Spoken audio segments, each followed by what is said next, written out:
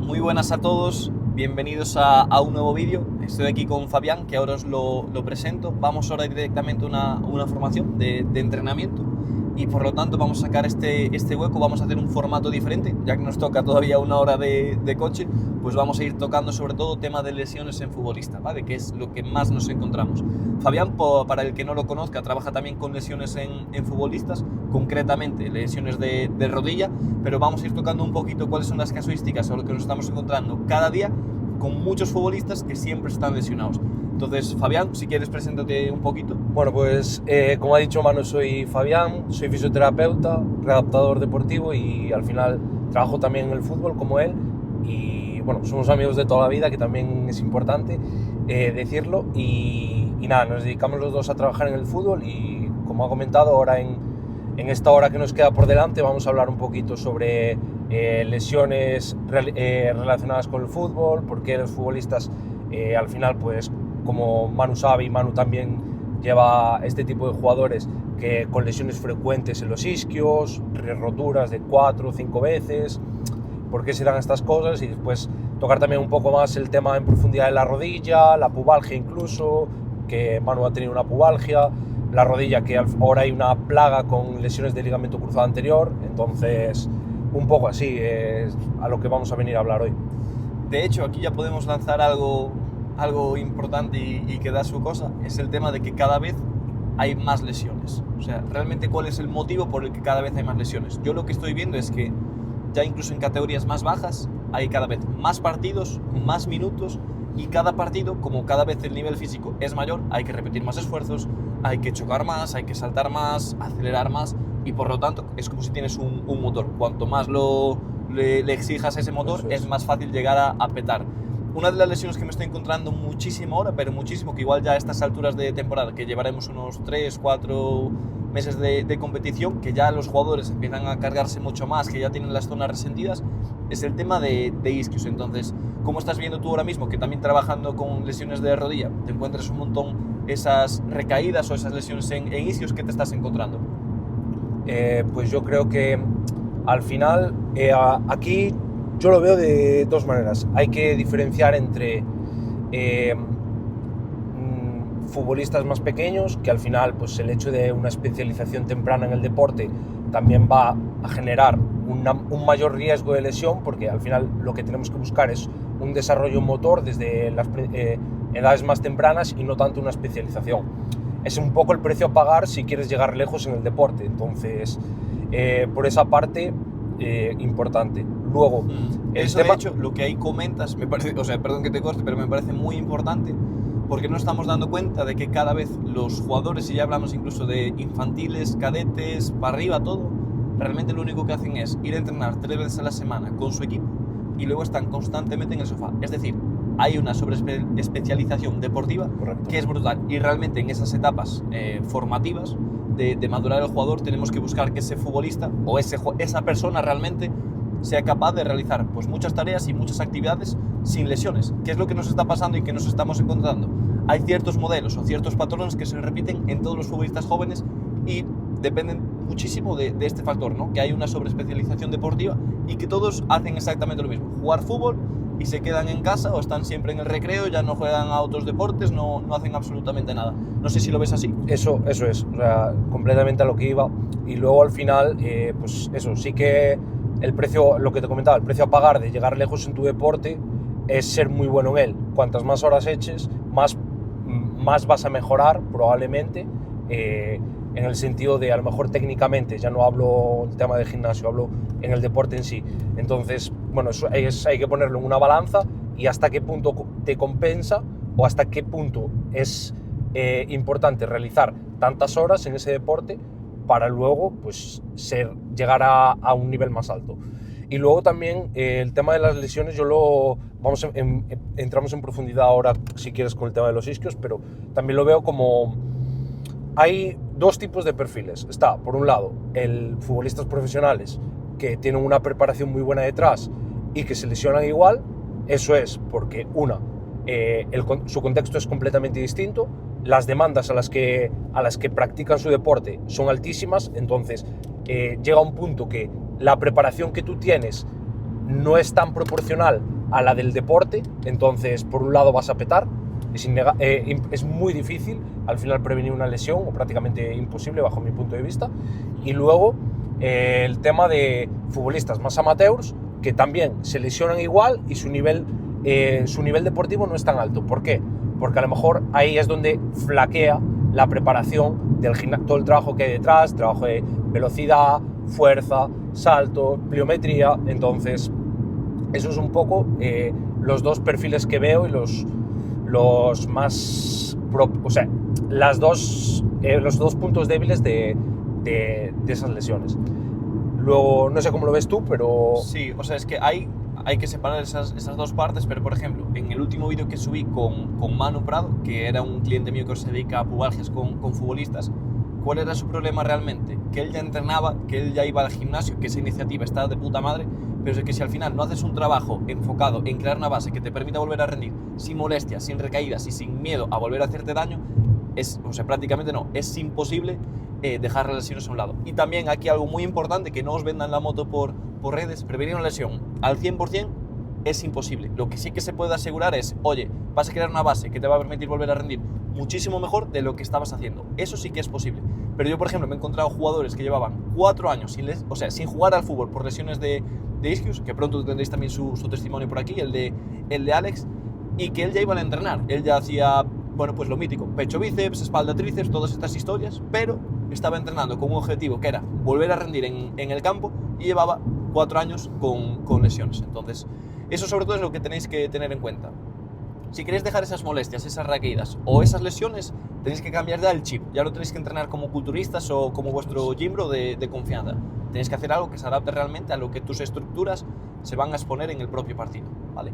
Y estábamos hablando de isquios porque es de lo más común que nos encontramos, pero nos encontramos lesiones de rodilla, de pubalgias, al final hay de todo. Aquí creo que también es importante, y a ver cómo lo ves tú, es el tema de la educación, porque muchas veces entendemos, incluso con la mutua, o sea, voy a hablar directamente de la mutua y demás, corrientes, no sé qué, esos son parches, pero ya no solo a nivel de ejercicios, que nos está pasando ahora con Ronald, que le han dicho BOSU y corrientes y demás. Eso está bien en fases tempranas, si lo quieres incluir de alguna manera, pero hay que tener muy controlado que al final cada vez hay que meter nuevos estímulos que se adapten a lo que te vas a encontrar en un partido de fútbol. Hacer la extensión de rodilla únicamente no es lo mismo que te vas a encontrar en un partido, como puedes saltar, chocar, sprintar, cambiar de dirección, repetir esfuerzos, 90 minutos, no tiene nada que ver. Entonces, si te parece, hablamos también sobre el tema de la educación, de cómo hacemos nosotros también ese proceso, ya que lo que os digo, no es simplemente entrenar, hay un proceso detrás. Al final el tema de educar al futbolista es muy importante, porque si tú tienes una lesión, tú llegas a un proceso en el que mentalmente ya no confías en lo que haces y tienes esa incertidumbre de, sobre todo si es la primera vez, si tienes recaídas, como hemos hablado, ya sabes un poco por dónde van los tiros, pero si es la primera vez y es una lesión tan complicada como puede ser un cruzado, que es el caso de Ronald, al final tú no sabes cómo se va a dar esto. Y si tienes lo que hace la mayoría de las personas es recibir muchas fuentes de información, tener muchos estímulos, una persona te dice una cosa, otra, y al final no sabes qué hacer realmente, porque estás teniendo varios puntos de vista, que es bueno por un lado, pero tienes que saber filtrar y saber qué te aporta cada punto de vista.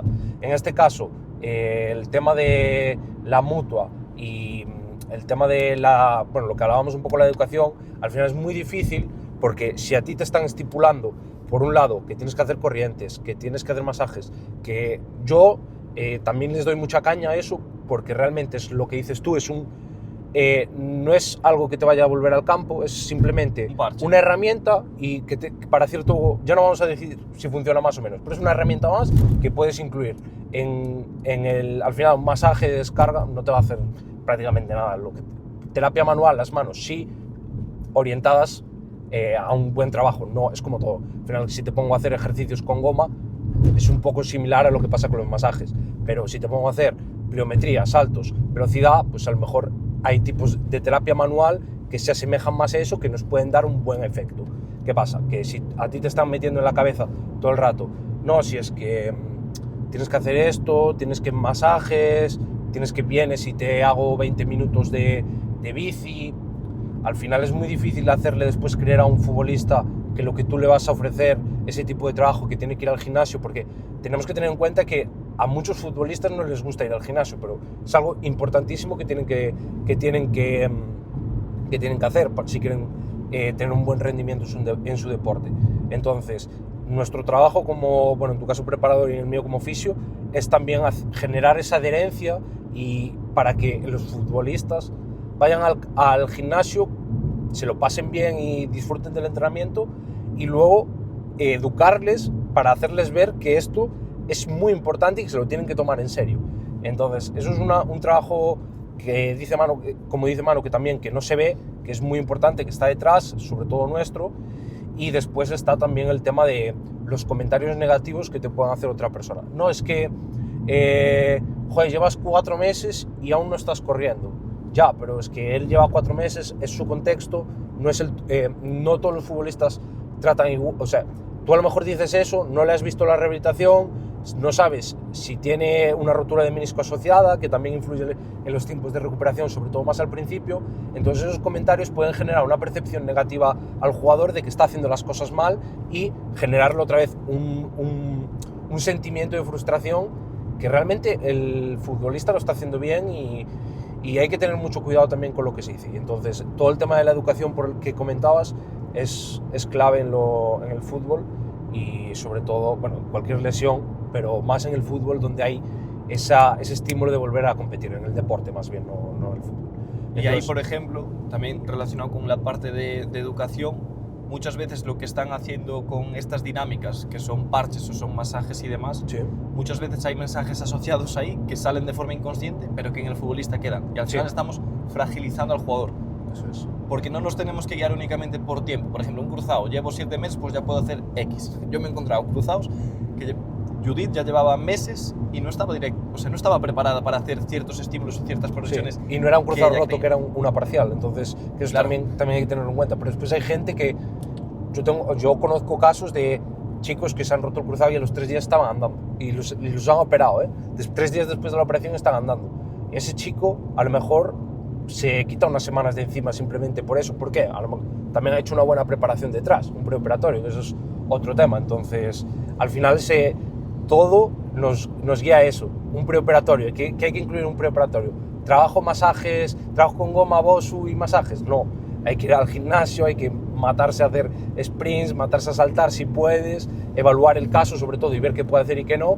Y al final ese chico ha hecho un buen trabajo y llega con una ventaja superior a otra persona que no lo ha hecho. Pondremos incluso clips de Ronald en el preoperatorio haciendo drop jumps y demás, que esto a algunos os va a romper la cabeza, pero realmente se puede. Y todo el trabajo que hagas antes de la operación es trabajo que te quitas luego. Por eso también es muy importante hacerle ver eso a las personas.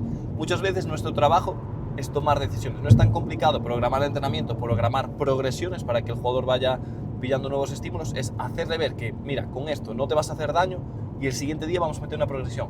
Bien sea en kilos, bien sea en repeticiones, bien sea en una variante que te exija más, lo que sea, pero que haya ese sobreestímulo. Entonces, es lo que buscamos también con los futbolistas. Eso es, y muchas veces incluso los propios futbolistas están capacitados para hacer cosas, pero simplemente por el sistema de miedo e inseguridad no las hacen, y eres tú quien tiene que ponerle un trabajo previo que vea, vale, igual si él se dé cuenta y diga, vale, estoy capacitado para hacer esto, y luego ya meter una progresión hacia un drop jump. Pues igual lo primero que tienes que hacer es trabajar desde una altura más baja o simplemente aterrizajes en el propio suelo, y luego incluir un drop jump de 20 centímetros. Y el futbolista se va a dar cuenta de que realmente podía hacerlo hace una semana, que en una semana no ha cambiado tanto la cosa, pero tú se lo has hecho ver como que es un poco el camino. Entonces, sí, al final la preparación en el gimnasio es clave en cualquier deporte, y sobre todo, volviendo a lo que hablábamos antes de los isquios, que es una lesión muy común, y que tras lesiones de cruzado también se dan,